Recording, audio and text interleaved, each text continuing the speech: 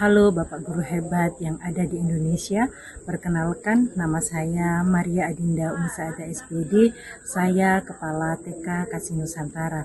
TK Kasih Nusantara terletak di Jalan Bolhok, Kelurahan Klabinain, Distrik Aimas, Kabupaten Sorong. Di wilayah pinggiran, pendidikan tidak selalu datang dengan mudah.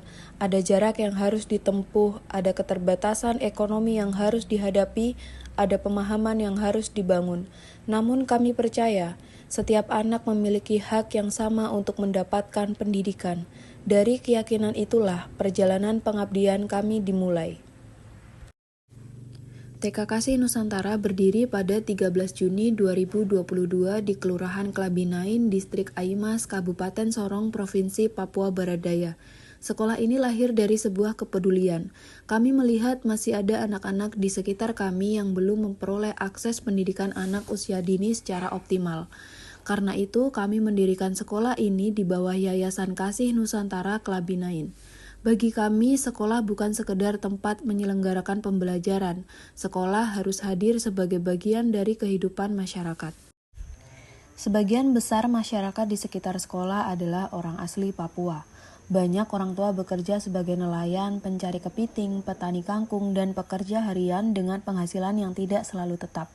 Dalam kondisi seperti ini, pendidikan anak terkadang belum menjadi prioritas utama. Sebagian masih berpikir bahwa sekolah baru benar-benar diperlukan ketika anak memasuki sekolah dasar. Ada pula yang melihat TK hanya sebagai tempat bermain. Kami tidak ingin menyalahkan mereka, kami justru melihatnya sebagai tanggung jawab untuk hadir, mendengar, dan menjelaskan. Kami melakukan pendekatan dari rumah ke rumah, mendengar persoalan mereka, menjelaskan pentingnya pendidikan anak usia dini, dan membangun kepercayaan satu keluarga demi satu keluarga. Karena terkadang sebuah keluarga tidak membutuhkan ceramah panjang, mereka hanya membutuhkan seseorang yang mau datang dan mendengarkan. Kami memilih untuk mempertahankan pendidikan gratis, karena bagi kami keterbatasan ekonomi tidak boleh menjadi alasan seorang anak kehilangan kesempatan untuk belajar. Tetapi pendidikan gratis bukan berarti pendidikan tanpa kualitas. Justru disinilah kami dituntut untuk lebih kreatif, lebih berani mengambil keputusan, dan lebih kuat membangun kolaborasi. Tantangan lain datang dari jarak. Sebagian anak harus menempuh jarak sekitar 2 hingga 6 km untuk mencapai sekolah.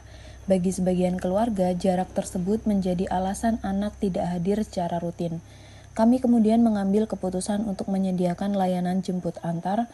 Setiap bulan kami harus mengeluarkan sekitar 6 juta rupiah untuk biaya sewa kendaraan. Angka itu bukan angka yang kecil bagi sebuah sekolah yang menyelenggarakan pendidikan gratis. Tetapi kami selalu bertanya kepada diri sendiri, apakah kami akan membiarkan seorang anak kehilangan hak belajarnya hanya karena ia tidak memiliki kendaraan untuk datang ke sekolah? Jawaban kami selalu sama, tidak.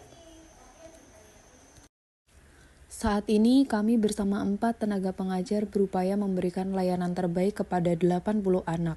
Namun seluruh tenaga pengajar kami masih berlatar belakang pendidikan SMA. Bagi kami, kondisi tersebut bukan alasan untuk berhenti. Kami tidak ingin guru hanya dituntut untuk mengajar tetapi tidak diberikan kesempatan untuk berkembang. Karena itu, kami mendampingi 3 guru untuk memperoleh beasiswa melalui program SIPKA dari Kementerian Pendidikan. Mereka kini mendapatkan kesempatan melanjutkan pendidikan pada jenjang S1 PG PAUD. Kami juga ingin sekolah tumbuh bersama masyarakat, karena itu kami mengembangkan pendidikan mangrove sebagai bentuk pemberdayaan masyarakat sekaligus pembelajaran kontekstual bagi anak. Anak belajar mencintai lingkungan, masyarakat mendapatkan ruang untuk terlibat, dan sekolah mulai hadir sebagai bagian dari kehidupan mereka. Kami juga mengembangkan produksi paving block sebagai salah satu upaya mendukung keberlanjutan sekolah untuk membuka ruang pemberdayaan ekonomi bagi keluarga peserta didik. Perjalanan ini mulai menunjukkan perubahan. Jumlah peserta didik kami kini mencapai 80 anak, meningkat dari sekitar 66 anak pada tahun sebelumnya. Sekitar 80% merupakan anak orang asli Papua, akses pendidikan semakin terbuka, orang tua semakin memahami pentingnya pendidikan anak usia dini. Anak-anak mendapatkan dukungan kesehatan, 3 guru memperoleh kesempatan melanjutkan pendidikan, dan masyarakat mulai terlibat dalam kegiatan pemberdayaan. Namun bagi kami dampak terbesar bukan sekedar angka. Dampak terbesar adalah ketika orang tua mulai percaya, ketika anak-anak datang ke sekolah dengan senyum, ketika guru mulai berani bermimpi, dan ketika masyarakat mulai memahami bahwa masa depan anak adalah tanggung jawab kita bersama. Ke depan, kami berkomitmen untuk terus mempertahankan pendidikan gratis, memperoleh kemitraan, memperkuat layanan kesehatan anak, mengembangkan unit usaha sekolah, memperluas pemberdayaan masyarakat, dan terus memperjuangkan peningkatan kompetensi serta kualifikasi guru. Kami ingin melihat guru-guru TK Kasih Nusantara terus berkembang. Kami ingin melihat anak-anak kami tumbuh dengan kesempatan yang lebih baik.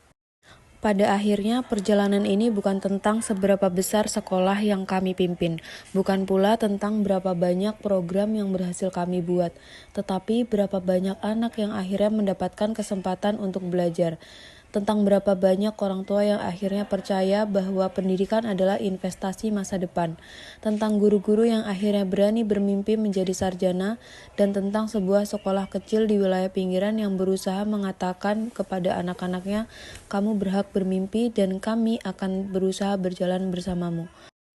Seorang kepala sekolah tidak ingin dikenang hanya sebagai kepala sekolah yang menjalankan tugas. Kami ingin pengabdian ini menjadi bukti bahwa seorang kepala sekolah di wilayah pinggiran pun dapat menjadi penggerak perubahan. Karena bagi kami, memimpin bukan tentang berdiri paling depan. Memimpin adalah tentang bersedia berjalan paling jauh ketika ada anak yang membutuhkan jalan.